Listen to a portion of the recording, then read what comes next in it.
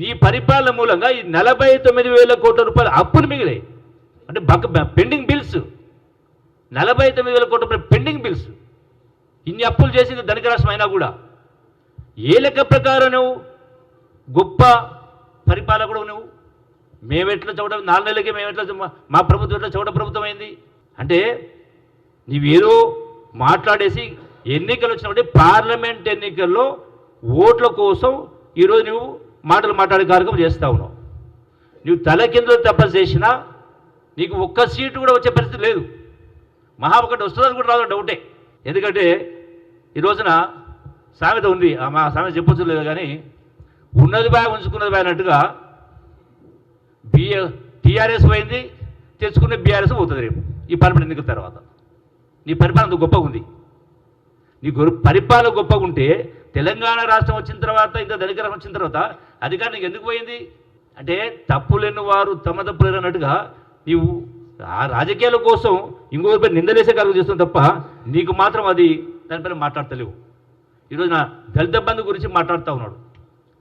పోయి ధర్నాలు చేయండి ఇవ్వడలేదని నీవేం పీకినావా మరి? 2 ఏళ్ళు ఎన్ని సంవత్సరాలకు వెళ్ళి ఎందుకు వెళ్ళి మరి? కేవలం రాజకీయ కోణంలో గెలవడం కోసం ఆయన హుజూరాబాద్లో తీసుకొచ్చిన స్కీమ్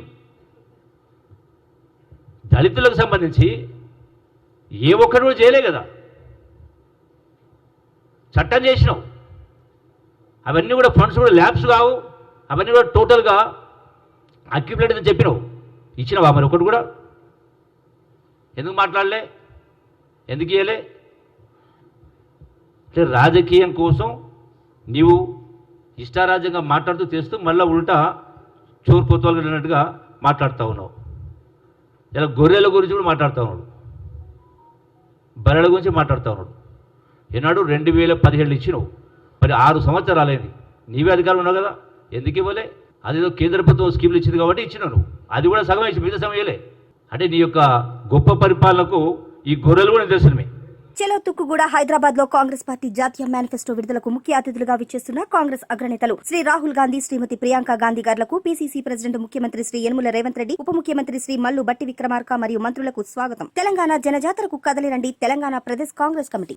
అందుకే ఈరోజు కేసీఆర్ నియంతృత్వం కారణంగా, అవినీతి కారణంగా సజీవ సాక్ష్యం కదా, కవితనే జైల్లో ఉంది కదా, ఉటిగానే జరిగిపోయిందా?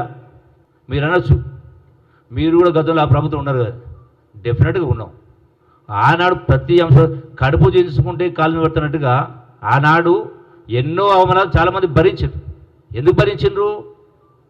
ఆనాడున్న పరిస్థితుల్లో తెలంగాణ రాష్ట్ర ఏర్పాటే ఒక విఫల ప్రయత్నం. తెలంగాణ రాష్ట్రం ఒక విఫల ప్రయత్నం, ఫెయిల్ కావాలని పద్ధతిలో మాట్లాడు, ఫెయిల్ కావద్దు, తెలంగాణ ప్రభుత్వం నిలబడాలి, నిలదొక్కోవాలి చెప్పి నీ భరించినాం. సిగ్గుసర లేకుండా, బుద్ధి లజ్జ లేకుండా నేను ఏది మాట్లాడితే నమ్ముతారు అనుకుంటే పొరపాటు.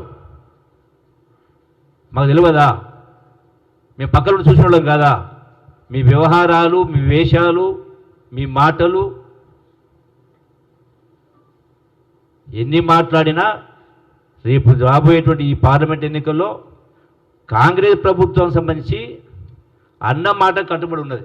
సోనియా గాంధీ గారు చెప్పిన రాష్ట్రం ఇచ్చింది 6 గ్యారెంటీలో 5 గ్యారెంటీ. ఇటువంటి అంటే ఇంత ఇబ్బందికర పరిస్థితుల్లో కూడా మా మంత్రి గారు చెప్పినట్టుగా కరెంటు విషయమైనా ఇతరత్ర అయినా ఆర్థిక ఒడిదుడుకులు ఉన్నా కూడా ఒక్కొక్కటిగా అమలు చేసుకుంటూ వస్తూ ఉన్నాం.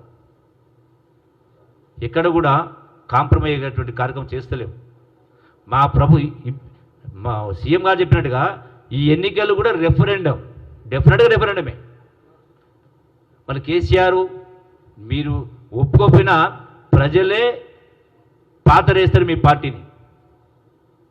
ఆ స్టేట్మెంట్ ఇప్పుడే మరి నేను కూడా రెఫరెండం భావిస్తాను. నిజంగా నీ పరిపాలన గొప్పగా ఉంటే ఇన్ని మాటలు మాట్లాడినావు కదా, ఇన్ని తిట్టినావు కదా, నిజంగా దమ్ము ధైర్యం ఉంటే కేసీఆర్ దీన్ని ఎన్నికలు రెఫరెండ్గా స్వీకరించి ఈ ఎన్నికల్లో నేను ఓడిపోతే, మా పార్టీ ఓడిపోతే మా పార్టీని రద్దు చేసుకుంటాను చెప్పు.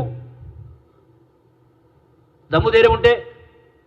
అవినీతి పైన అసెంబ్లీ సాక్షిగా మాట్లాడడం జరిగింది. ఎక్కడ నీ టైము డేట్ నీవే ఫిక్స్ చేయమని. ఎండగడ్డ బట్ట బయలు చేస్తాం, బట్టలు వదిలిస్తాం. సమక్షంలో మీ అవినీతి బట్టలు ఈ బండారం బయటపడుతుంది. మరొకసారి అందుకనే ఈ పిచ్చి పిచ్చి వాగుడు గట్టిపెట్టి ఒక సభ్యత, సంస్కారం, పద్ధతి, మర్యాద ప్రజలు మన నుంచి నేర్చుకుంటట్టు ఉండాలా, ఈసడించుకున్నట్టు కాదు. ఇదేనా నీ 80,000 పుస్తకాలు చదివినటువంటి గొప్పతనం నేను నేర్చుకున్నది.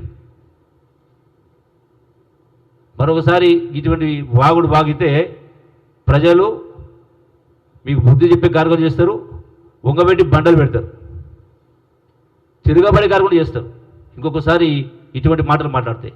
Thank you very much.